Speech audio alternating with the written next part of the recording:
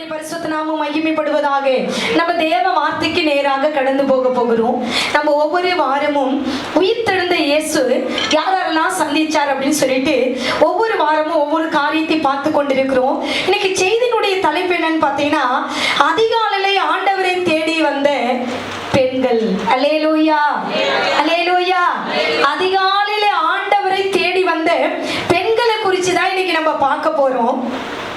நம்ம அருமையான தேவனுடைய பிள்ளைகளே, நம்ம அதிகாலையில தேடுகிறதுனால என்னென்னலாம் நமக்கு ஆசீர்வாதம் வரும், யாரெல்லாம் போயிட்டு அதிகாலையில எந்த பெண்கள் இயேசுவை தேடி போனாங்க அப்படின்னு சொல்லிட்டு நம்ம இன்னைக்கு தியானிக்க போகிறோம். உயிர்த்தெழுந்த இயேசுவை சந்திக்க யாக்கோபின் தாயாகிய மரியாள், அடுத்தது பார்த்தீங்கன்னா சலோமி, அடுத்தது நமக்கு தெரியும் மகதலேனா மரியாள். இன்னைக்கு நம்ம மகதலேனா மரியாளை விட்டுட்டு இந்த ரெண்டு பேரை தான் நம்ம பார்க்க போறோம். இந்த பாத்தீங்கன்னா யாக்கோபின் தாயாகிய மரியாள், அடுத்தது பாத்தீங்கன்னா சலோமி. இவங்க இயேசுவை சந்தித்த விதம், இவங்க இயேசு கிட்ட போன விதம், இயேசுவை இவங்க தேடின விதம், இயேசு மேல் வைத்திருந்த அன்பு, இயேசு மேல் வைத்திருந்த கரிசனை, இயேசு மேல் வைத்திருந்த அந்த பாத்தீங்கன்னா பாசம், இதை குறித்து தான் இன்னைக்கு நம்ம பார்க்க போகிறோம். நம்ம அதிகாலையிலே ஆண்டவரை தேடி வந்த பெண்கள், அதிகாலையில ஆண்டவரை தேடி வந்த பெண்களை குறித்து நம்ம பார்க்க போறோம். முதல்ல ஒருத்தவங்க அதிகாலையில எழுந்திருக்கிறாங்க அப்படின்னா, ஆண்டவர் மேல அன்பா இருக்கிறவங்க தான் அதிகாலையில எழுந்திருப்பாங்க. ஆண்டவர் அன்பை ருசிச்சவங்க தான் அதிகாலையில என்ன பண்ணுவாங்க, எழுந்து செவிப்பாங்க. ஆண்டவர் கிட்ட நன்மை பெற்றவங்க அந்த 3 மணி ஆகட்டும், 4 மணி ஆகட்டும், 5 மணி ஆகட்டும் எழுந்து, என்ன டயர்டுனாலும் என்ன விளைவினாலும் ஆண்டவருக்கு கொடுக்க வேண்டிய நேரத்தை கொடுப்பாங்க. யார் கொடுப்பானா, அன்பாய் வந்தவர்கள் கொடுப்பார்கள். முதல் பாயிண்ட் பாத்தீங்கன்னா, அன்பாய் வந்தார்கள் அவர்கள். அல்லேலூயா, அல்லேலூயா. நாம் வாசிக்கலாம், மார்க் எழுதின சுவிசேஷ புத்தகம் 16ஆம் அதிகாரம் முதல் வசனத்திலிருந்து 2ஆம் வசனம் வரைக்கும் வாசிக்க கேட்போம். ஓய்வு நாள் ஆன பின்பு மகதலேனா மரியாளும் யாக்கோபின் தாயாகிய மரியாளும் சாலேமி என்பவளும் அவருக்கு சுகந்த வர்க்கமிடும்படி அவைகளை வாங்கிக் கொண்டு வாரத்தின் முதல் நாள் அதிகாலையிலே சூரியன் உதயமாகிற போகுது கல்லறையிடத்திற்கு வந்தார்கள். அல்லேலூயா. இங்க வேதம் ரொம்ப தெளிவாய் போட்டிருக்கிறது. இங்க 3 பெண்கள் இயேசுவை சந்திக்க போகிறார்கள். அடுத்த வாரம் நம்ம மகதலேனா மரியாளை குறித்து பார்க்கலாம். இந்த யாக்கோபின் தாய் மரியாள், இவங்க யார் அப்படின்னா, இயேசு கிறிஸ்துவுடைய தாய் தான் யாக்கோபினுடைய தாய். அல்லேலூயா. இந்த நம்முடைய மரியாளை குறித்து நம்ம பார்த்தோம்னா, மரியாள் அம்மாவை குறித்து பார்த்தீங்கன்னா வேதம் அழகா போட்டிருக்குது. தேவதூதன் அவளை வந்து பார்த்து சொல்றாரு, நீ ஸ்திரீகளுக்குள்ளே பாக்கியவதி. மரியாள் அம்மாவை குறித்து நீங்க பார்த்தீங்கன்னா, இந்த உலகத்தில் இருக்க எல்லா பெண்களை விட மரியாள் அம்மா பாக்கியவதி. ஏன்னா இயேசுவை தன் கர்ப்பத்திலே சுமந்தவர்கள் அவர்கள். ஒரு ஆமென் சொல்லிடுங்களேன். ஆமென், ஆமென். பாருங்க, அந்த தேசமே, மரியாள் வாழ்ந்த தேசமே பாவத்தில் இருந்த போது, பெண்கள்லாம் தவறான வாழ்க்கை வாழ்ந்த போது, வாலிப பருவத்திலேயே தன்னை பரிசுத்தமாய் காத்து கொண்டவன் தான் இந்த மரியாள். அல்லேலூயா, அல்லேலூயா. இந்த பரிசுத்தமாய் காத்து கொண்டவன் தான் இந்த மரியாள். அடுத்தது நம்மளுக்கு மரியாளை குறித்து நம்மளுக்கு அழகா தெரியும். தேவதூதன் வந்து அவங்க கிட்ட பேசுறாரு, இந்த வாழ்த்துதல் எப்படிப்பட்டதோ என்று அவள் கலங்கினாள். கலங்கின போது அவரு தேவதூதன் சொல்றாரு, பரிசுத்த ஆவியானவர் உன் கர்ப்பத்திலே நேரிடும், அப்பொழுது நீ கர்ப்பவதி ஆவாய் என்று சொல்லி அவ சொல்றா, இதோ என் ஆண்டவனுக்கு அடிமை என்று சொல்லி ஆண்டவருக்கு அடிமை தன்னை ஒப்பு கொடுக்கிறா. மரியாள் அம்மா பட்ட பாட வேதாகமும் சொல்லல, ஆனா சரித்திரம் சொல்லப்பட்டிருக்குது. அவங்க வாலிபத்திலே புருஷனை அறியாததுக்கு முன்பாக அவள் கர்ப்பவதி ஆனதுனாலே அவங்க நிறைய நிந்தைகள், போராட்டங்கள், பாடுகள், பிரச்சனைகள் அவர்கள் அனுபவித்தார்கள். பாடின் வழியாக அவங்க கடந்து வந்தாங்க. பிள்ளை பெற்றெடுத்தோம், பிள்ளை அந்த ஊர்ல வைக்க முடியாதபடிக்கு வேற ஊர்ல போயிட்டு இருந்தாங்க. இப்படி அவங்களுடைய வாழ்க்கையில நிறைய பாடுகளையும் துன்பத்தையும் சந்திச்சவங்க தான் இந்த மரியாள் அம்மா. இவங்க எல்லாத்தையும் சந்திச்சு வேதம் தெளிவாய் போட்டிருக்குது, தேவ சித்தத்துக்கு தன் வாழ்க்கையை ஒப்பு கொடுத்தார்கள். அந்த வாழ்க்கை அவங்களுக்கு ஆசீர்வாதமாய் மாறி போனது. ஆமென், ஆமென். இந்த மரியாள் அம்மாவை குறித்து வேதம் அழகா போட்டிருக்குது. இவங்களுக்கு நிறைய பிள்ளைங்க இருந்த போதும் இயேசு மேல அவங்க என்ன இருந்தாங்க, அன்பா இருந்தாங்க. அதிகாலையில ஒரு பிள்ளை செத்து போயிடுச்சு. புறப்பட்டு பிள்ளையினுடைய கல்லறைக்கு கடந்து போறாங்க. கடந்து போகும்போது அவங்க ஆண்டவர் அவங்களுக்கு காட்சி அளித்தா நம்ம அதை பார்க்க போறோம். இவங்களை விட ஒரு பெஸ்ட் யார் இருக்காங்கன்னா சலோமி. இந்த சலோமி யார் அப்படின்னு பார்த்தீங்கன்னா யோவானுடைய தாய் தான் இந்த சலோமி. யோவானுடைய தாய், யோவானுக்கும் யாக்கோபுக்கும் தாய் யாருன்னா இந்த சலோமி. செபுதேலினுடைய மகன் யாக்கோபுன்னு சொல்லப்பட்டிருக்குது, அவனுடைய பார்த்தீங்கன்னா தாய் தான் இந்த சலோமி. இவங்க பாருங்க, இவங்களுடைய கணவன், இவர் கணவன் பார்த்தீங்க அப்படின்னா மீன் பிடிக்கிறவர். சாதாரண ஒரு ஆள் போய் மீன் பிடிக்கிறது இல்ல, நிறைய பேர் வச்சு வேலை வாங்குறவர் தான் இவர். வேலை வாங்குற இவர் நல்ல வசதியா இருக்கிறாரு. வசதியா இருந்த போதிலும் பாத்தீங்கன்னா யாக்கோபும் யோவானும் ஒரு நாள் என்ன பண்ணாங்கன்னா கடற்கரையில வலைய அலசி கொண்டிருந்தாங்களாம். இயேசு அந்த வழியா போய் சொன்னாரா, என்ன சொன்னார் அப்படின்னா, மீன் பிடிக்கிறவங்கள மனுஷனை பிடிக்கிறவளா மாத்துவன் வாங்கினாரா. அந்த வலையை விட்டுட்டு அவங்க அப்பாவை விட்டுட்டு இயேசுவின் பின்னாடி போனாங்க. இதுல இருந்து நம்ம என்ன கற்றுக்கிறோம்னா, இந்த சலோமி பாருங்க, அவ நல்ல வசதியான குடும்பத்தை சார்ந்தவளா இருந்தாலும் அந்த ரெண்டு ஆண் பிள்ளைகளையும் கடவுளுக்குள்ளே வளர்த்தாள், கடவுள் பக்திக்குள்ளே வளர்த்தாள். நீங்க நினைக்கிறீங்க உங்களுக்கு கொடுக்கிற பைபிள்ல போட்டிருக்கிறது கர்ப்பத்தின் கனி கர்த்தரால் கொடுக்கிற சுதந்திரம். ஆண்டவர் தான் உங்களுக்கு பிள்ளையை கொடுத்திருக்கிறார். ஏன் பிள்ளையை கொடுத்திருக்கிறார்னா, நீ கடவுளுக்குள்ள உன் பிள்ளைய வளர்ப்பன்னு தான் கொடுத்திருக்கிறார். நீ கடவுளுக்குள்ள உன் பிள்ளை வளர்க்காம இருந்தீனா உன் பிள்ளை கஷ்டப்படும் போது நீ தான் வேதனைப்படுவாய். அதனால இங்க பாருங்க, அந்த ரெண்டு பிள்ளைகளையும் அந்த சலோமி கர்த்தருக்குள்ளே வளர்த்தாள். அவ மட்டும் கடவுளுக்குள்ளே இல்ல, தன் பிள்ளையும் கடவுளுக்குள்ளே வளர்த்தாள். அல்லேலூயா. இன்னைக்கு நிறைய தாய்மார்கள் இங்க உட்கார்ந்து இருக்கிறீங்க, உங்க பிள்ளைகளை நீங்க கடவுளுக்குள்ளே கட்டாயம் வளர்க்கணும். ஏன்னா இன்னைக்கு உலகத்துல ஆண்டவருடைய வருகை ரொம்ப சமீபமா இருக்குது. உன் பிள்ளை இயேசுவை சொந்த ரட்சகரா ஏற்றுக்கொண்டு இருக்கதா? இயேசுவின் ஞாபகத்தினாலே ஞானஸ்தானம் உன் பிள்ளை பெற்றிருக்கிறதா? அதை நீங்க கட்டாயம் நீங்கள் ஆராய்ந்து பார்க்க வேண்டும். உன் பிள்ளை ஒருவேளை இயேசுவை சொந்த ரட்சிக்கா ஏற்றுக்கொள்ளாம சிலை வழிபாடுலையோ விக்கிரகத்திலேயோ ஒருவேளை உன் பிள்ளை இருந்து கொண்டிருக்கிறதா? நீங்கள் உங்களை ஆராய்ந்து பாருங்கள். உங்க பிள்ளைகளை கடவுளுக்குள்ளே நடத்துவதற்காக தான் கடவுள் உங்க கையில பிள்ளையை கொடுத்திருக்கிறா. அந்த பிள்ளையை நீங்க சரியா நடத்துறத நீங்க பார்க்கணும்.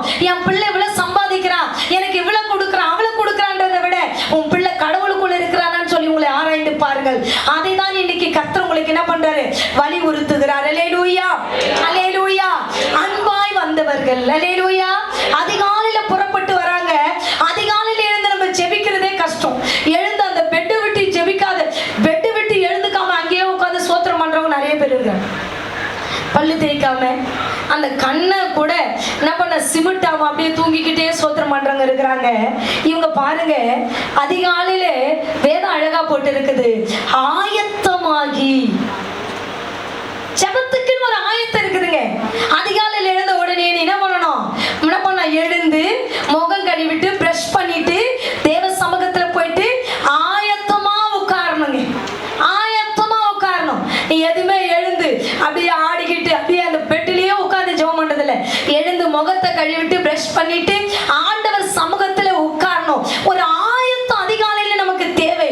இவங்க பாருங்க, கந்த வர்க்கங்களை எடுத்துக்கொண்டு அதிகாலையில எங்க போறாங்க அப்படின்னா, அழகா சொல்லப்பட்டிருக்குது, ஆண்டவரை நேசித்தபடினால அதிகாலை எங்க போறாங்கன்னா கல்லறைக்கு போறாங்க.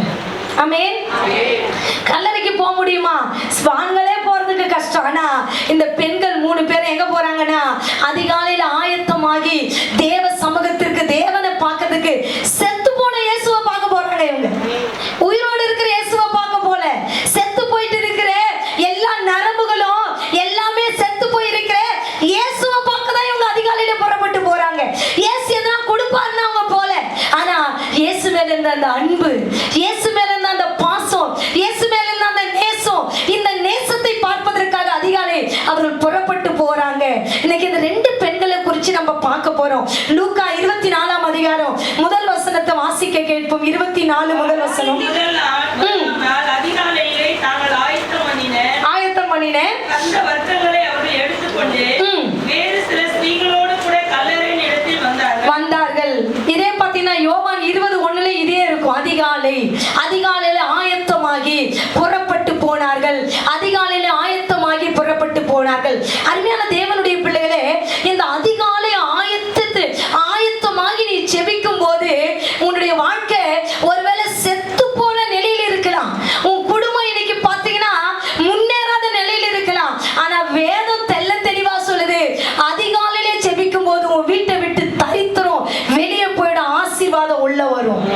ஒரு ஆமென். அல்லேலூயா, அல்லேலூயா. நிறைய பெண்களுக்கு அதிகாலை ஜெபம்னா ரொம்ப கஷ்டம். ஏன்னா கரெக்டாக சொல்லுவாங்க, நைட்டு 12 மணி ஆயிடுச்சுக்கா தூங்குறதுக்கு, 1 மணி ஆயிடுச்சுக்கா தூங்குறதுக்கு அப்படின்னு சொல்லிட்டு நம்ம பிறந்த குழந்தைய கூட பழக்கப்படுத்துகிற குணம் தான், நீ பழக்கப்படுத்துற விதம் தான் உன் பிள்ளை தூங்குற நேரம் கூட. புரியுதா உங்களுக்கு நான் சொல்றது? நீ பழக்கப்படுத்துகிற நேரம் தான் உன் பிள்ளை அப்படியே அந்த பழக்கத்துக்குள்ள என்ன ஆயிடும், வளரும். அந்த வளர்ப்புல என்ன பண்ணும், பிள்ளைய கூட நம்ம வளர்க்க கற்றுக்கொள்ள வேண்டும். இங்க வேதம் அழகா போட்டிருக்குது, ஆயத்தமாகி புறப்பட்டு அதிகாலைக்கு போனாங்க. இந்த அதிகாலையில ஜெபிக்கிறதுக்கு மட்டும் ஒரு பெசல் இருக்குது, அதிகாலையில தேடுகிறவனை கண்டடைவான் என்று வேதம் சொல்லப்பட்டு இருக்கிறது. இன்னைக்கு பாருங்க, இவங்க உயிர் உள்ள தெய்வத்தெல்லாம் பார்க்க போலங்க, உயிருள்ள இயேசு கிட்ட ஏசப்பா என்னை குணமாக்குங்க, ஏசப்பா எனக்கு வரம் கொடுங்க, ஏசப்பா என் பிள்ளைய சரியாக்குங்க, ஏசப்பா என் பணத்தை கொடுங்க அப்படின்னு கேட்கறதுக்கு போல செத்து போன தெய்வத்தை தேடிதான் போறாங்க. ஆனா வேதம் அழகா போட்டிருக்குது, செத்து போனவர் செத்து போனவரா இல்ல, உயிரோடு கூட எழுந்தார். அல்லேலூயா, அல்லேலூயா. இங்க சொல்லப்பட்டிருக்குது, ஆண்டவரை நேசித்தால் அதிகாலையிலே புறப்பட்டு போனார். ஆண்டவரை நேசிக்கிற ஒவ்வொரு தேவ பிள்ளைகளும் அதிகாலை தான் எழுந்து ஜெபிப்பாங்க. எந்த நேரம் நீ படுத்தாலும் சரி அந்த நேரத்துக்கு எழுந்து ஜெபிப்பாங்க. நீங்க பாத்தீங்கன்னா தாவடி தாமசையா இன்னைக்கு அவர் கர்த்தருக்குள்ளே நித்திரை ஆயிட்டார். நிறைய பேருக்கு தெரியும் ஆவடி தாமசையா, தெரியுமா உங்களுக்கு? தெரியாத பிள்ளைங்களாம் யூடியூப்ல போயிட்டு என்ன பண்ணுவோம், இப்போ நீங்க இப்போ போடாதீங்க, வீட்டுக்கு போய் போட்டு பாருங்க. ஆனா அங்க பாருங்க, எவ்வளவு நேரத்துல இவ்வளவு டயர்டா இருந்தாலும் அந்த 4 மணி ஜெபத்தை அவர் வாழ்க்கையில விட்டது இல்லையா. அவர் சாகிற நேரம் வரைக்கும் அவருடைய புத்தி பாத்தீங்கன்னா, புத்தி அந்த டைம்ல அவரால் நினைவு இல்லாத நேரத்திலையும் அந்த அதிகாலையில அவருடைய இருதயம், அவர் கை காலும் துடிக்க ஆரம்பிச்சுதான். இது எதுக்கு நான் உங்களுக்கு சொல்றேன்னா, ஆண்டவர் மேல அந்த அன்பு உங்களுக்கு இருக்குன்னா அதிகாலை தான் நீங்க எழுந்துப்பீங்க. இந்த பெண்களுக்கு முதல்ல அன்பாய் வந்தார்கள், அன்பு இருக்கிறவங்க அதிகாலையில எழுந்திருப்பான். இந்த அதிகாலையில எழுந்து ஜெபிக்கிறதுனால ஒரு 2 காரியத்தை நான் உங்களுக்கு சொல்ல விரும்புகிறேன். ஆதியாகமம் புத்தகம் 22ஆம் அதிகாரத்தை 22ஆம் அதிகாரத்துல 2ஆம் வசனத்தை வாசிக்க கேட்போம். 2ஆம் வசனம், அப்பொழுது அவர் உன் புத்திரனும் உன் ஏக சுதனும் உன் நேசகுமாரனாகிய ஈசாக்கை அழைத்துக் கொண்டு மோரியா தேசத்துக்கு போய் பலியிடு என்றான். அதிகாலையில் எழுந்து சேனம் கட்டி தன் வேலைக்காரர் 2 பேரையும் தன் குமாரன் ஈசாக்கையும் கூட்டிக் கொண்டு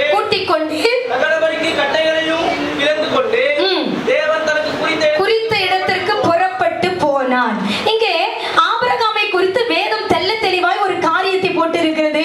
என்ன அப்படின்னு பாத்தீங்கன்னா, ஆபிரகாமுக்கு அது முன்னாடி இருக்கிற வசனம், ஆண்டவர் 22ஆவது அதிகாரத்துல ஆபிரகாமை சோதிக்கிறார். என்ன சோதிக்கிறார்னா, அவனுக்கே 100 வயசு கழிச்சுதான் ஒரு பிள்ளை பிறக்குது. அந்த பிள்ளை ஆண்டவர் சொல்றாரு, உன் குமாரனோ உன் ஏக சுதரனோ உன் நேச குமாரனே எனக்கு பலியா கொடுன்னு கேட்கிறார். என்ன பண்றாரு, பலி செலுத்துன்னு கேட்கிறாரு. பிள்ளை என்ன பண்ண, பலி செலுத்தினேன். அவன் என்ன பண்றான், 3ஆவது வசனம், அவன் அதிகாலையில ஆயத்தமாகி கட்டைகளை எடுத்துக்கிட்டு கத்தி எடுத்துக்கிட்டு எல்லாத்தையும் எடுத்துக்கிட்டு ஆயத்தமாகி புறப்பட்டு போனான். வேதத்துல பார்க்கிறோம், அவர் என்ன பண்றாருன்னா, அவங்க மகன் அவனை பார்த்து கேட்கிறான், அப்பா கட்டை இருக்குது, தீவட்டி இருக்குது, என்ன பண்ணுது, கத்தி இருக்குது, பலி செலுத்த ஆடு எங்கன்னு கேட்கிறான். அப்போ ஒரு தகப்பன் உள்ள எவ்வளவு வேதனைப்பட்டிருக்கும். ஏன்னா அவர் பலி செலுத்த யாரு கூட்டிட்டு போறாரு, பலியா யார் போறது, ஆடுக்கு பதிலாக ஈசாக்கு தான் பலியா போறான். ஒரு மகன் தன் தகப்பனிடத்துல கேட்கும் போது அந்த வலி வேதனை அந்த தகப்பனுக்கு எவ்வளவா இருந்திருக்கும். அதெல்லாம் தன் மனதில் வைத்துக் கொண்டு போய் கட்டி அடுக்கி பிள்ளையினுடைய கை காலை கட்டி பலி செலுத்தும்படியாக பலிபீடத்தின் மேல் வைக்கிறான். கத்திய ஓங்குற நேரத்திலே ஆண்டவர் ஆபிரகாமே ஆபிரகாமே என்று கூப்பிட்டு, உன் புத்திரனும் ஏக சுதன் மேல என்ன பண்ணாத, உன் கையை போடாத, நான் உன்னை பார்க்கிறேன், நான் உன்னை உத்தமன் என்று காண்கிறேன், உன்னை நீதிமான் என்று காண்கிறேன் என்று சொல்லி அவனுக்காக ஒரு ஆடை ஏற்கனவே ஆயத்தம் பண்ணி வச்சிருந்தாரு. அந்த ஆடை கொண்டு வந்து பலி செலுத்தினார் என்று வேதம் சொல்லப்பட்டிருக்கு. பாருங்க, இங்க ஒரு பெசல் என்னன்னா, அதிகாலை இவன் புறப்பட்டு போனா, இவன் நினைச்சிருந்தா ஆபிரகாமுக்கு வயசாயிடுச்சு, இவனுடைய மகன் வாலிபனுக்கு தான் வாலிபனா இருக்கும்போது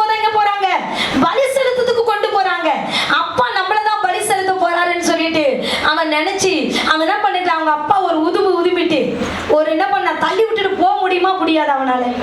கட்டாயம் போய் இருக்க முடியும். ஆனா அவங்க அப்பா கையை கட்டுற வரைக்கும் அமைதியா படுந்தான், காலை கட்டுற வரைக்கும் அமைதியா படுந்தான், மேல தூக்கி அவனை கழுத்தும் போது அவன் அமைதியா தான் இருந்தான். அவன் எவ்வளவு தன்னை தேவனுக்காக, தன் தகப்பனுக்காக அவன் அர்ப்பணித்தான். இந்த அர்ப்பணிப்பு அவன் வாழ்க்கையில என்ன கொண்டு வந்ததுன்னு பாத்தீங்கன்னா 19வது வசனத்துல இருந்து வாசிங்க. 19வது வசனம். ஆபிரகாம் தன் வேலைக்காரனிடத்துக்கு திரும்பி வந்தான். அவர்கள் எழுந்து புறப்பட்டு பேர்சபாவுக்கு போனார்கள். ஆபிரகாம் பேர்சபாவிலே குடியிருந்தான். இந்த காரியங்கள் நடந்த பின்பு ஆபிரகாமிடத்தில் வந்து மில்காளும் உன் சகோதரனாகிய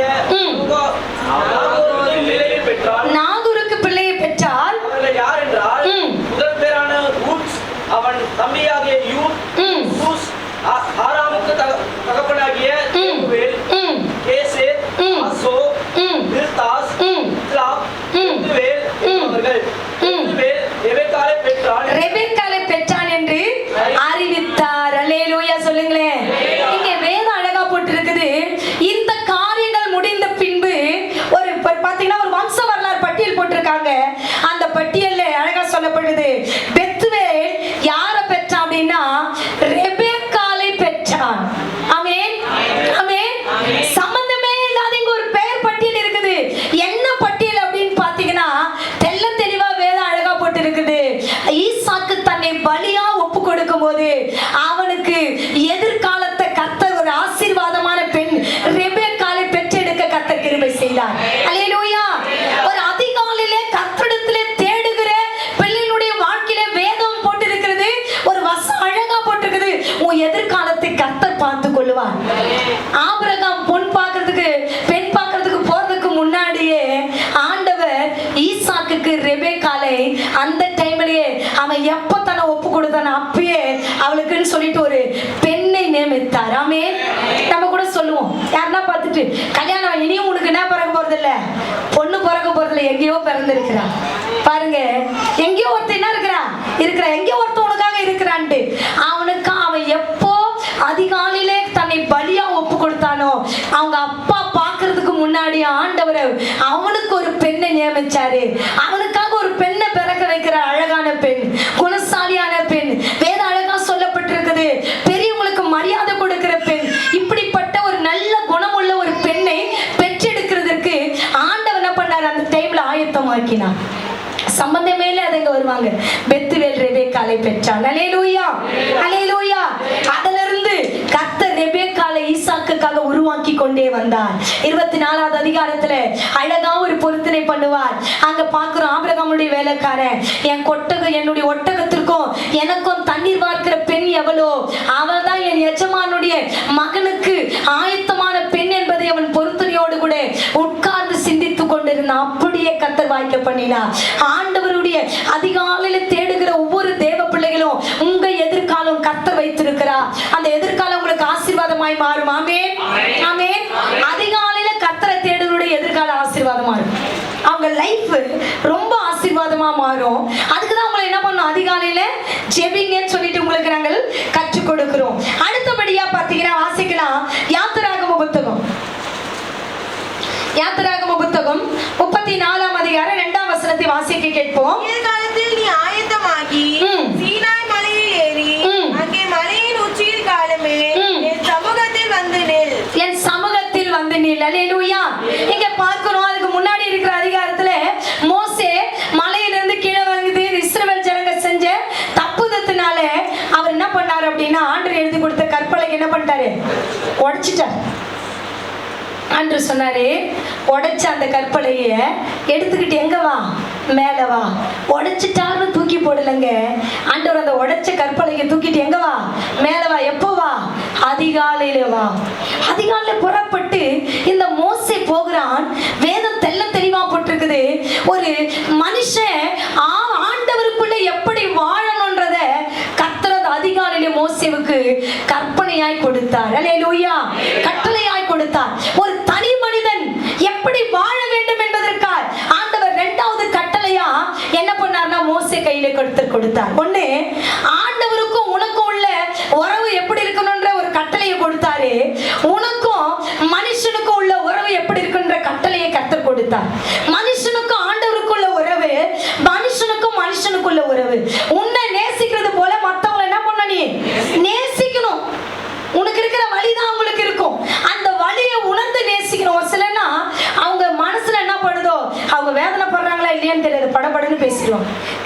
சொல்லுவாங்க, என் மனசுல நான் வச்சுக்கவே மாட்டேன். வச்சுக்கணும் மனசுல.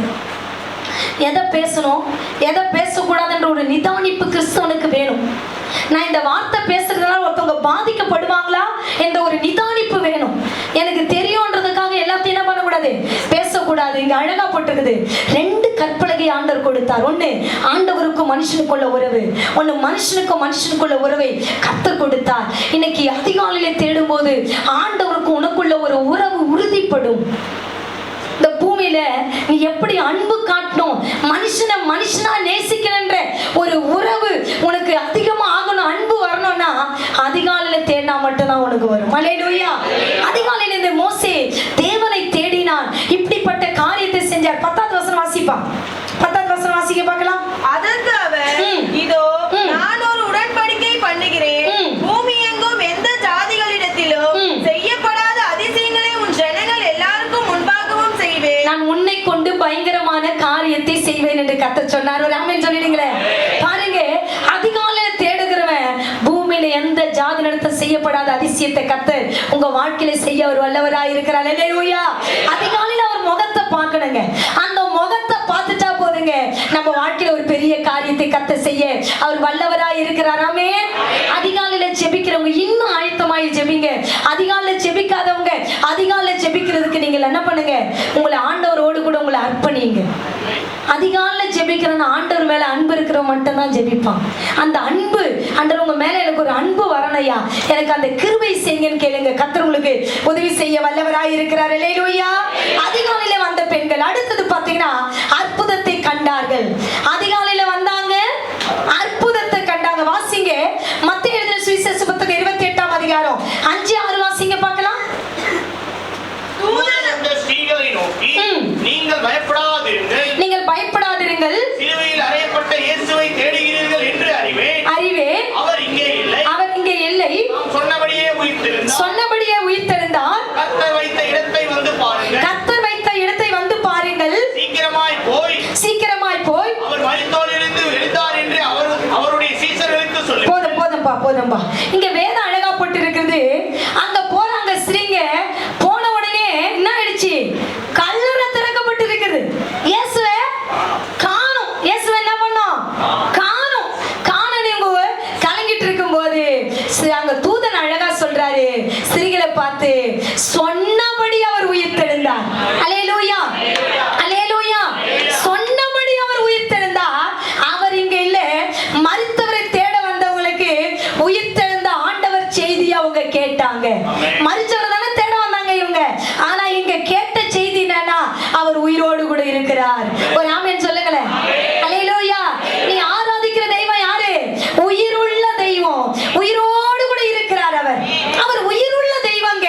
இங்க தெள்ள தெளிவா இந்த வேதத்துல இந்த வசனம் போட்டு இருக்கிறது, அவர் உயிரோடு கூட இருக்கிறார். அவர் உயிர்த்தெழுந்த இயேசு. இந்த உயிர்த்தெழுந்த இயேசுவை செத்தவரிடத்துல தேடாதீங்க. செத்து போனவரை தேடி போனவங்க உயிர்த்தெழுந்த செய்தி என்ன பண்ணாங்க, கேட்டாங்க, கண்டாங்க, அவங்க பார்த்தாங்க. இன்னைக்கு ஆண்டவர் சொல்றாரு, உயிர்த்தெழுந்த நம்ம ஆண்டவர் கல்லோ மரமோ அல்ல. ஆமென். ஆமென். அவர் இந்த உலகத்திலே யாரும் சாதிக்காததை இயேசு சாதிச்சார். இன்னைக்கு எல்லாருக்கும் பிறந்த நாள் உண்டு, இறந்த நாள். நம்ம இயேசுக்கு மட்டும் தான் உயிர்த்தெழுந்த நாள். ஆமென். எல்லா கல்லறையும் மூடப்பட்டிருக்கும், நம்ம இயேசுனுடைய கல்லறை மட்டும் தான் இன்ன வரைக்கும் தெரிஞ்சு வச்சிருக்கிறாங்க. காரணம், அவர் செத்தவர் இடத்துல இல்ல, இன்னைக்கு உயிரோடு கூட இருக்கிறார் என்பதை தெள்ள தெளிவாய் காட்டி இருக்கிறது. இன்னைக்கு அதான் சொல்லப்பட்டிருக்கிறது, மரித்தவரை தேடி வந்தவர்கள் உயிர்த்தெழுந்தவரை பார்த்தார்கள். இன்னைக்கு நம்முடைய வாழ்க்கையில ஒருவேளை உன் சரீரம் மரித்து போயிருக்கலாம், உன்னுடைய ஆத்துமா இன்னைக்கு சோர்ந்து போயிருக்கலாம், பலவீனத்தோடு வந்திருக்கலாம். நீ வணங்குற தெய்வம் கல்லோ மரமோ அல்ல, அவர் உயிருள்ள தெய்வம். அவர் நிச்சயமா உன் அவயத்தையும் உன்னையும் தொட்டு உயிர்ப்பிக்கிறதுக்கு அவர் வல்லவரும் நல்லவருமாய் இருக்கிறார். நல்லவரா இருக்கிறார். அவரை பார்க்கணும்ன்ற வாஞ்ச மட்டும் தான் உங்களுக்கு வேணும். ஏசப்பா நான் எப்படியாவது பார்க்கணும், எப்படியாவது அவர் சத்தத்தை கேட்கணும், இதை கட்டாயம் என்ன பண்ணணும், வாஞ்சிக்கணும். நம்ம இயேசு அவர் உயிருள்ள தெய்வமாய் இருக்கிறதுனால இந்த வாஞ்சை தாகம் உங்களுக்கு வேணுங்க. இந்த தாகம் இருந்தா போதும், இயேசு உங்களை பார்ப்பா. நம்மளுக்கு எல்லாருக்கும் தெரிஞ்ச கதை பாத்தீங்கன்னா, லூக்கா 19வது அதிகாரத்துல சகை என்கிற ஒரு மனுஷன் இருக்கிறான். 3வது வசனம், 4வது வசனம், 5வது வசனத்துல அவன் இயேசு யாரோ எப்படிப்பட்டவரோ என்று பார்க்க வகை தேடினான். அவன் குள்ளனா இருக்கிறதுனால எங்க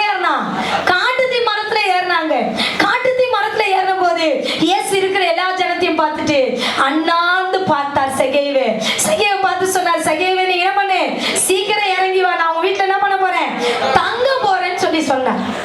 தங்க போறேன்னு சொன்ன உடனே அழகா சொல்லப்பட்டிருக்குது, அவன் கீழே வேக வேகமா இறங்கி வந்தான். சீக்கிரமா வேகமா ஏறணும், ஏறிடுவான். ஒருத்தவங்க மரத்துல ஏறும்போது என்ன பண்ணுவாங்க, சீக்கிரமா ஏறிடலாம். மேல இருந்து கீழே பார்த்துட்டு உடனே இறங்குறதுக்கு என்ன பண்ணுவாங்க, எல்லாரும் பயப்படுவாங்க.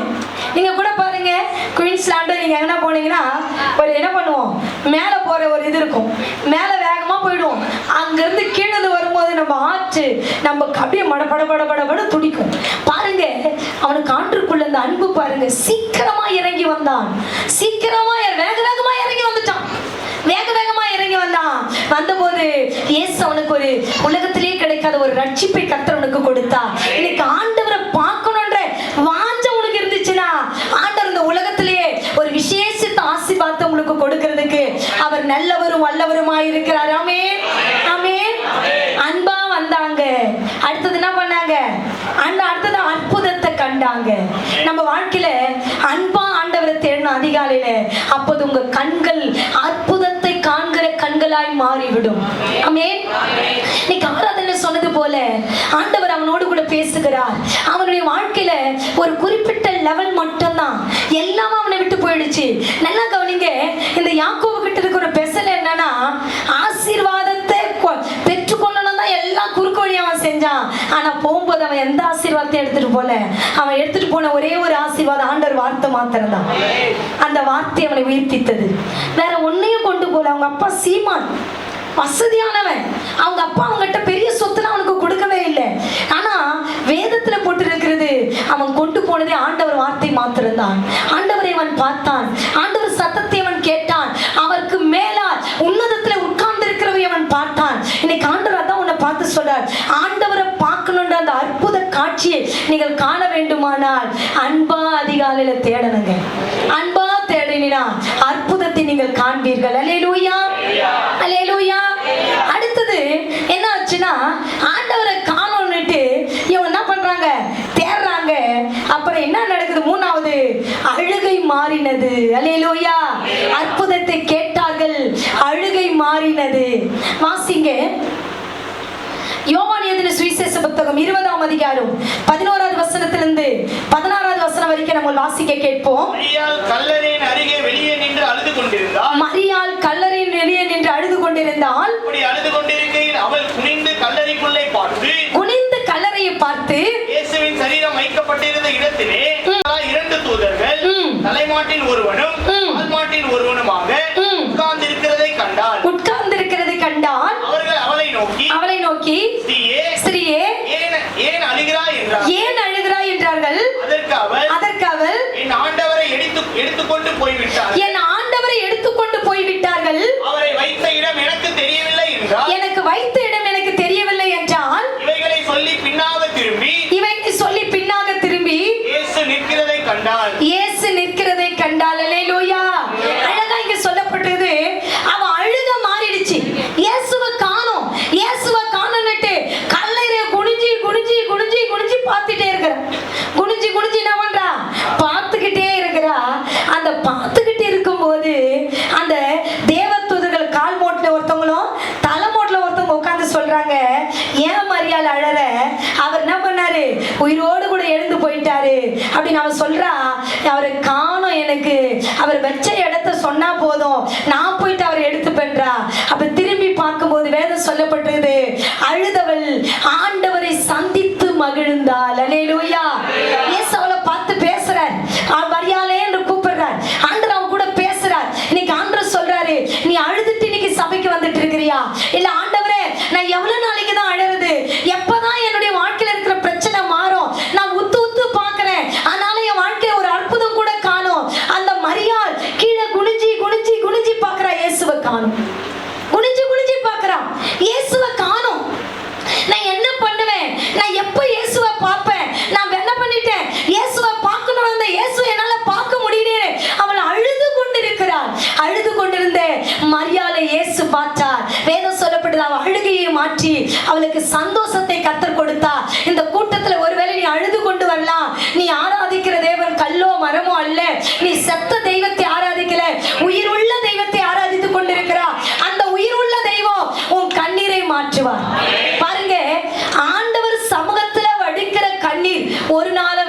போகாது. எரேமியா 30வது அதிகாரத்துல நீங்க பாத்தீங்கன்னா 9வது வசனம், அழுகையோடு விண்ணப்பத்தோடு வருவார்கள், நான் அவர்களை நடத்துவேன். எப்படி நடத்துவேன்? செம்மையான வழியில நடத்துவேன், இடராத வழியில நடத்துவேன் சொல்றாரு. இன்னைக்கு ஆண்டவர் சொல்றாரு, நீ சபையில எப்பெல்லாம் கண்ணீர் வரையோ அந்த கண்ணீருக்கு கர்த்தர் பதில் கொடுப்பார். கண்ணீர் அவர் தூர்த்திலே வைத்திருக்கிறார். ஏற்ற காலத்துல உன் கண்ணீருக்கு கர்த்தர் என்ன கொடுப்பாரு? பதில் கொடுக்கிறதுக்கு அவர் நல்லவராய் இருக்கிறார். ஒரு ஆமென் சொல்லுங்க. அல்லேலூயா. யாரெல்லாம் நீங்க கண்ணீர் வெடிக்கிறீங்களோ உங்க கண்ணீருக்கு இயேசு பதில் கொடுப்பா, நிச்சயமா பதில் கொடுப்பா.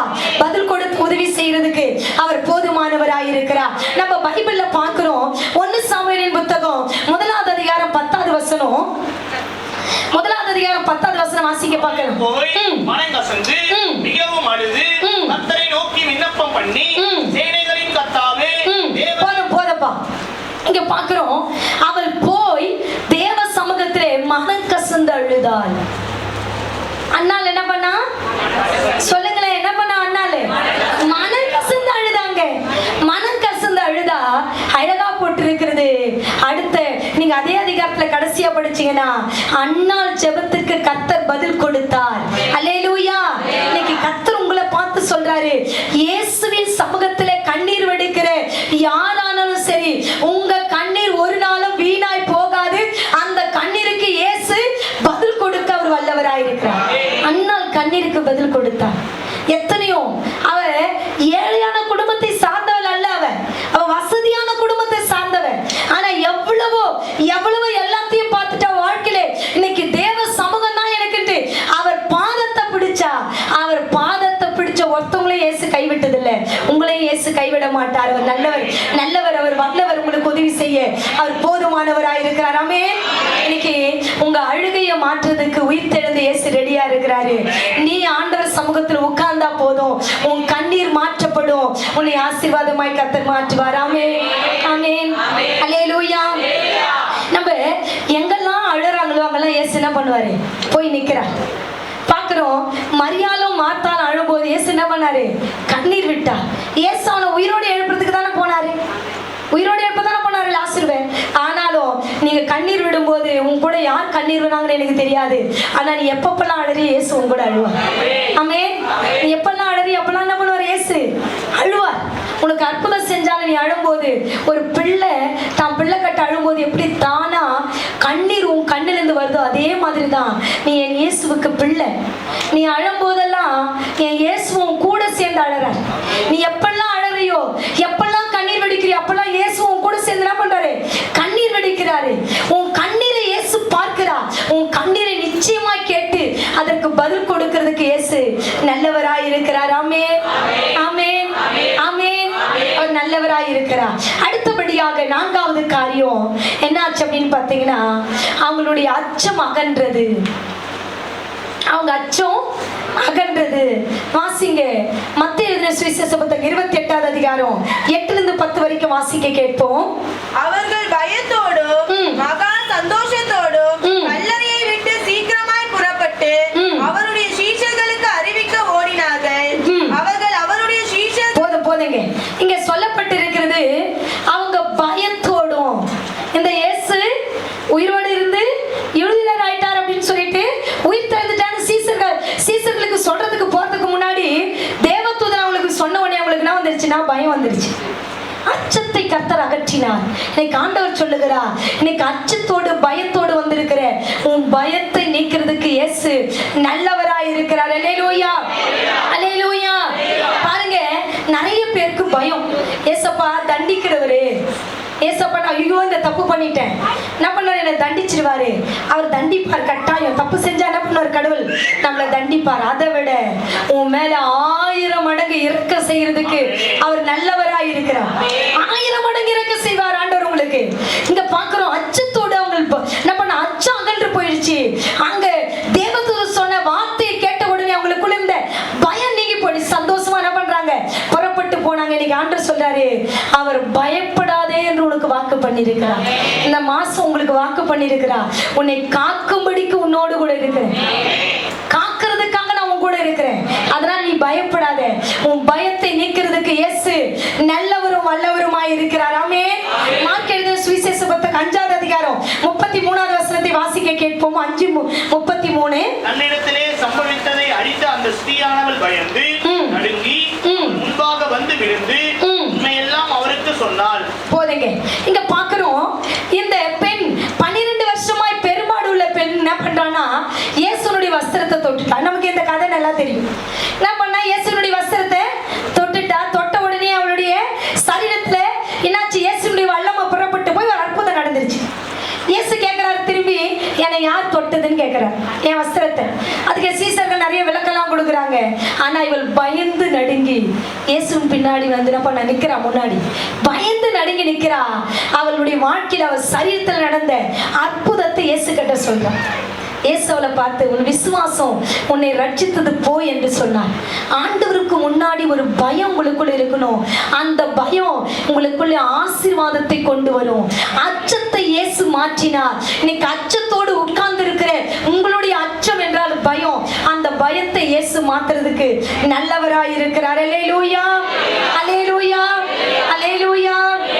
அடுத்தது நீங்க பாத்தீங்கன்னா அப்போஸ்தலர் 9வது அதிகாரத்துல 6வது வசனம், அவன் நடுங்கி திகைத்து, பவுல் என்ன பண்ணா, நடுங்கி திகைத்து, ஆண்டவரே நீர் யார் என்று கேட்டான். நான் என்ன செய்ய சித்தமா இருக்கிறேன்னு கேட்டான். ஆண்டவர் அவனுக்கு தெளிவாய் சொன்னார். தெளிவா என்ன பண்ணாரு சொன்னார். இன்னைக்கு நடுக்கத்தோடு தேவ சமூகத்திலே வந்தனா, உன் நடுக்கத்தை மாற்றி உன்னை குறித்ததான ஒரு வெளிப்பாடை கர்த்தர் கொடுக்க அவர் நல்லவரும் வல்லவருமாய் இருக்கிறார். ஆமென், ஆமென். உன் அச்சத்தை கர்த்தர் அகற்றி போடுகிறார். இன்னைக்கு உன் அச்சத்தை கர்த்தர் என்ன பண்றாரு, இன்னைக்கு அகற்றி போடுகிறார். 5வது காரியம், அறிவிக்க அனுப்புகிறார். அல்லேலூயா, அல்லேலூயா. உன்னை அறிவிக்க என்ன பண்றாரு, அனுப்புறாரு. வாசிங்க மத்தேயு சுவிசேஷ புத்தகம் 28வது அதிகாரம் 7வது வசனத்தை வாசிங்க. சீக்கிரமாய் போய் அவர் மரித்தோரிலிருந்து எழுந்தார் என்று அவருடைய சீஷர்களுக்கு சொல்லுங்கள், சொல்லுங்கள். அல்லேலூயா. இயேசு இங்க ஒரு வார்த்தை சொல்லுகிற, இங்க இயேசுவை குறித்து சீஷர்களுக்கு சொல்றதுக்காக தேவதூதன் ஒரு வார்த்தை சொல்றாரு. அவர் உயிரோடு எழுந்துட்டாரு. சீக்கிரமா போயிட்டு என்ன பண்ணு, அறிவிக்க என்ன பண்றாரு, அவர் அனுப்புகிறார். ஆமென், ஆமென். சீக்கிரமா போ, சீஷர்களுக்கு எல்லாம் சொல்ல. அவர் சொன்னபடி கலிலேயர் என்ன பண்ணாரு, சொன்னபடியே உயிர் தெரிந்துட்டார், போய் சொல்லுன்னு சொன்னாரு. அதே மாதிரி அவர்கள் போய் சொன்னாங்க. நம்ம போன வாரத்துல பேதுருவை குறிச்சு பார்த்தோம். எல்லா சீஷர்களை விட பேதுருக்கு தான் கர்த்தர் அதிகமாய் வெளிப்பாடு கொடுத்தார், வெளிப்பாடு கொடுத்தார். நான் போன வாரம் உங்களுக்கு சொன்னேன், அவன் அன்பா இருக்கிற பேதுரு இயேசு மேல அந்த அன்பை அவனுக்கு வெளிக்காட்ட தெரியல. ஆனா அந்த அன்பை வெளிக்காட்டுவதற்கு அவனுக்கு இயேசு கற்றுக் கொடுத்தார். நம்மளுக்கு கற்றுக் கொடுக்கிறார் ஆண்டவர். அறிவிக்கும்படியா உன்னை அனுப்புகிறார் ஆண்டவர். அறிவிக்கு அனுப்புகிறவர் கிட்ட இன்னைக்கு அந்த மக மிஸ்ரேல்ல சொன்னாங்க பாருங்க, நம்ம கற்றுக்கணும்ன்ற எண்ணம் இருக்கணும். கொஞ்சமா கத்துக்கிட்டு எனக்கு எல்லாம் தெரியுன்ற எண்ணம் எனக்கு என்ன பண்ணக்கூடாது, நம்மளுக்கு வரவே கூடாது. அறிவிக்க அனுப்பப்பட்டார்கள். அறிவிக்க அனுப்பப்பட்டவர்கள் போய் இயேசுவை அறிவித்தார்கள். உயிர்த்தெழுந்த இயேசுவை அறிவித்தார்கள். லூக்கா 24வது அதிகாரம் 9லிருந்து 10 வரைக்கும், யோவான் 20வது அதிகாரம் 18வது வசனத்துல இது சொல்லப்பட்டிருக்குது. வாசிங்க. லூக்கால 9வது வசனம் வாசிங்க. 24:9. திரும்பி போய் இந்த சங்கதிகளுக்கு எல்லாவற்றையும் 11 மற்ற எல்லாருக்கும் அறிவித்தார்கள். இவைகளை அப்போஸ்தலருக்கு சொன்னவர்கள் மகதலேனா மரியாளும் யோவானாலும் யாக்கோபின் தாயாகிய மரியாளும் இவர்களுடனே கூட இருந்த மற்ற ஸ்திரீகளுமே. போதுங்க. இங்க சொல்லப்பட்டிருக்குது, ஒரு என்ன பண்ண இயேசுனுடைய அங்க பாக்குறோம், அவருடைய அற்புதத்தை கண்டாங்க. அழுக மாறிடுச்சு. ஆண்டவர் அச்சம் நீங்கிடுச்சு. உடனே உங்க வாழ்க்கையில என்ன ஆயிடுச்சு அப்படின்னு பாத்தீங்கன்னா, அறிவிக்கிறதுக்கு அனுப்பப்பட்டுட்டாங்க. போயிட்டு எல்லா 11 அப்போஸ்தலர்களுக்கு அறிவிச்சிட்டாங்க. இயேசு உயிரோடு, சொன்னபடி உயிரோடு எழுந்துட்டாரு. சொன்னபடி உயிரோடு எழுந்துட்டார். முதல் இயேசு உயிர்த்தெழுந்த பிரசங்கத்தை பண்ணவங்களே பெண்கள் தான். ஒரு ஆமென் சொல்லுங்களேன். பெண்கள், உங்களை பத்தி சொல்றேன், எனக்கு என்ன அப்படின்ற மாதிரி உட்கார்ந்துட்டு இருக்கிறீங்க நீங்க. பெண்கள் தான் அறிவிச்சாங்க. அறிவிச்சு அப்புறம் தான் அப்போஸ்தலர் என்ன பண்ணாங்க, புறப்பட்டு வந்தாங்க. புறப்பட்டு வந்து இயேசுனுடைய கல்லறை அவங்க பார்த்தாங்க. இன்னைக்கு தெளிவா ஒரு காரியம் அறிவிக்கப்பட்டிருக்கிறது. இயேசு அறிவிப்பதற்கு உன்னை ஆண்டவர் அனுப்ப சித்தமாயிருந்தா நீ புறப்பட்டு போய் காலம் தாமதம் இல்லாமல் அறிவிக்க வேண்டும். ஆமென், ஆமென். காலம் தாமதம் இல்லாம அறிவிக்கணும். அப்படி அறிவிச்சேனா ரட்சிப்பு பெருகும். அவங்க 11 சீசர்களுக்கு சொன்னாங்க. இந்த 11 அப்போஸ்தலர்கள் புறப்பட்டு உலகத்தை சொன்னாங்க. அந்த இதுக்கு உலகத்தை கலக்கிறவங்களா இவங்க மாறதுக்கு காரணமே பெண்கள் தான். ஒரு ஆமென் சொல்லுங்களேன். அல்லேலூயா. பெண்கள் தான் காரணம். உலகத்தை கலக்கிறதுக்கு மாறதுக்கு காரணமே பெண்கள் தான். இயேசு உயிரோடு இருக்கிறான்னு போய் சொன்னாங்க. சொன்னபடி உயிரோடு எழுந்துட்டான்னு போய் சொன்னாங்க. இந்த சுவிசேஷம் ஒரு பெரிய ஊழியக்காரன மிஷனரியை எழுப்பினது. இன்னைக்கு பெண்களா இருக்கிற நீங்க எங்க இயேசு நல்லவர்னு சொல்லணும். சொல்லுங்க பாக்கலாம், எங்க இயேசு நல்லவர்னு சொல்லணும். அவங்க பெரிய பிரசங்கம்லாம் பண்ணலையே அந்த பெண்கள். என்ன சொன்னாங்க? சொன்னபடி இயேசு உயிர்த்தெழுந்தார். சொல்லுங்க பாக்கலாம். சொன்னபடி இயேசு என்ன பண்ணாரு? உயிர்த்தெழுந்தார். இதை மட்டும் தான் சொன்னாங்க. இந்த சொன்ன பாத்தீங்கன்னா 11 பேருக்கும் சொன்னாங்க. 11 பேரும் மிஷனரியா மாறி தேவ ஊழியத்தை செய்தார்கள், அனுப்பப்பட்டார்கள். இவர்கள் அறிவித்தவர்கள் அனுப்பப்பட்டார்கள். இன்னைக்கு நீ அறிவித்தனா உன் மூலமா நிறைய ஊழியக்காரர்களை கர்த்தர் உருவாக்குறதுக்கு வல்லவராய் இருக்கிறார். அல்லேலூயா, அல்லேலூயா. இன்னைக்கு பாருங்க, இன்னைக்கு நிறைய பேர் ரட்சிக்கப்படுகிறதுக்கு உருவாகிறதுக்கு காரணமே நிறைய பெண்கள் தான். ஆமென். பாத்தீங்கன்னா ஆபிரகாம் லிங்கன் ஐயா, அவர் ரட்சிக்கப்படுறதுக்கு ஒரு சின்ன பெண் தான் காரணம். ஆமென், ஆமென், அல்லேலூயா. ரட்சிக்கப்படுறதுக்கு சின்ன பெண் தான் காரணம். நீ ஆண்டவர் உங்களை எதுக்கு அனுப்புறாரோ அதை நீ சொல்றதுக்கு ஆயத்தமா இருக்கும். தாமதம் மட்டும் பண்ணக்கூடாது. தூதர்கள் சொல்றாங்க, சீக்கிரமா புறப்பட்டு போ. உயிர்த்தெழுந்த இயேசுவை என்ன பண்ணணும்? தாமதம் இல்லாம பிரசங்கிக்கணும்னு சொல்றாரு. தாமதம் இல்லாமல் பிரசங்கித்தார்கள். பெரிய பிரசங்கம்லாம் பண்ணலங்க. இயேசு உயிர்த்தெழுந்தான்னு சொன்னாங்க. என்ன சொன்னாங்க? என்ன சொன்னாங்க? இயேசு உயிர்த்தெழுந்தான்னு சொன்னாங்க. அந்த உயிர்த்தெழுதலுடைய வல்லமை அப்போஸ்தலர்களை மிஷனரியாய் மாற்றினது. அவங்க உலகமெங்கும் புறப்பட்டு போய் கர்த்தருக்காக ரத்த சாட்சியாய் மரித்தார்கள், ஊழியம் செய்தார்கள். நம்ம வாழ்க்கையிலே செய்ய அவர் வல்லவராய் இருக்கிறார். ஆமென் சொல்லிடுங்களேன். அல்லேலூயா, அல்லேலூயா. ஆறாவது காரியம், ஆண்டவரை கண்டார்கள். ஆமென், ஆமென். கடைசியான ஆண்டவரை கண்டார்கள். யோவான் எழுதின சுவிசேஷ புத்தகம் 20வது அதிகாரம் 14 இருந்து 16 வரைக்கும், மத்தேயு எழுதின சுவிசேஷ புத்தகம் 28வது அதிகாரம் 9வது வசனம். ஏதாவது ஒண்ணு வாசிங்க பார்க்கலாம். இவைகளை சொல்லி பின்னாக திரும்பி இயேசு நிற்கிறதை கண்டார்.